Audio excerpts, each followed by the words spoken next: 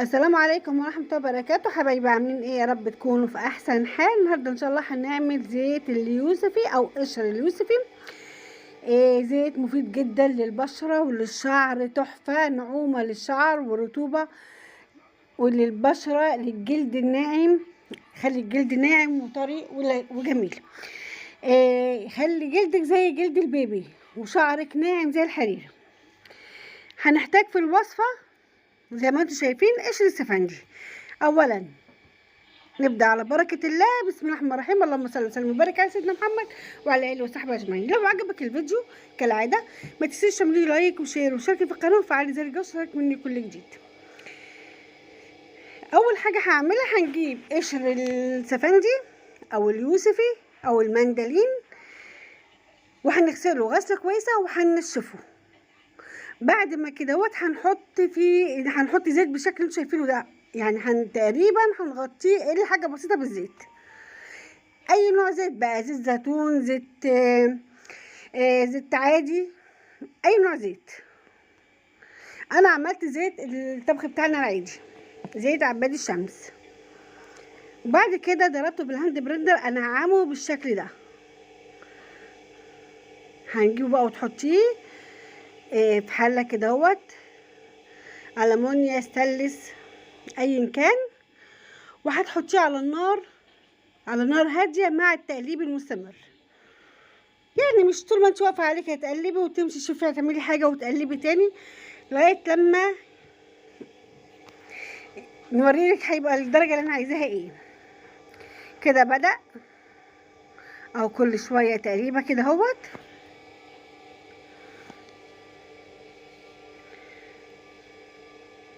فوائده كتير جدا. زيت البرتقال او زيت السفندي للشعر وللبشره حاجه جميله جدا. بصي فضل على النار لغايه لما وصل للدرجه، مع كل شويه تقريبا كده، وعلى نار متوسطه مش عاليه، وكل شويه اجي اديله تقليبه كده بالشكل ده.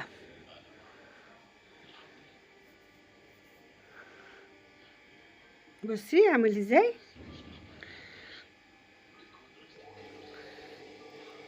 انا بوريك المراحل بتاعته ماشيه ازاي. الزيت ده بعدين ممكن تعملي منه صابون للبشره، ممكن للشعر والبشره طبعا، ممكن يبقى زيت للبشره وللشعر. وانا الزيت ده عملت منه صابون للبشره تحفه، ترطيب وتنعيم للبشره ما اقولكيش بقى. بصي وصلت لغايه فين السفندي او القشر، وصل لغايه فين. بصي اللون.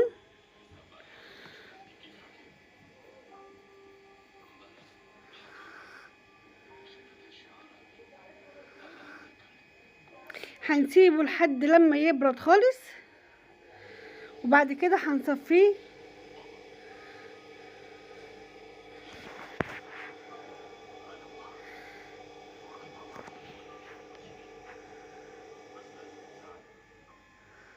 قشر اليوسفي وجماله.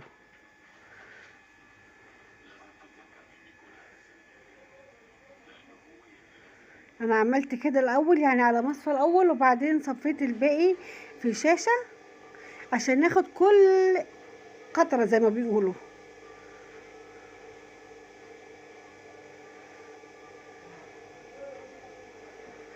كده مش هننزل اي شوائب في الزيت خالص. نزلته الاول كده وبعدين حطيته في الشاشة، هو القشر اللي طلع او اللي فضل، وهنصفيه عشان اخد كل حاجة موجودة فيه.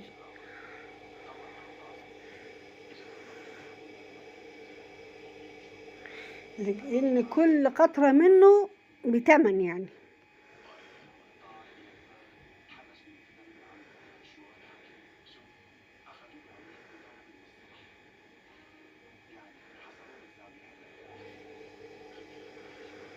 هنفضيه بقى في ازازه وتسيبيه لحين الاستخدام. هو كده ممكن يستخدم من دلوقتي على طول، مفيهوش اي مشكله، يعني مش لازم تسيبيه في الدولاب مش عارفه يعني 15 يوم، مش عارفه هو خلاص هو كده اهوت.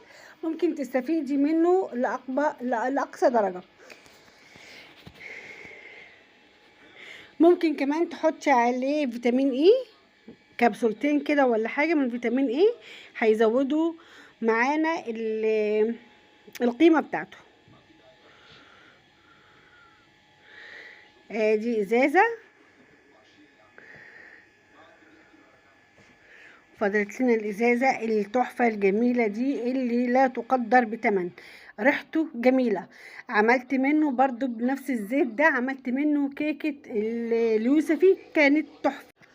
كده فيديو النهارده خلص. يا رب يكون عجبك ونردك واستحسانك. لو عجبك ما تنسيش تعملي لايك وشير وشاركي في القناه وفعلي زر الجرس عشان يوصلك كل جديد. شكرا على المتابعه، والسلام عليكم ورحمه الله وبركاته.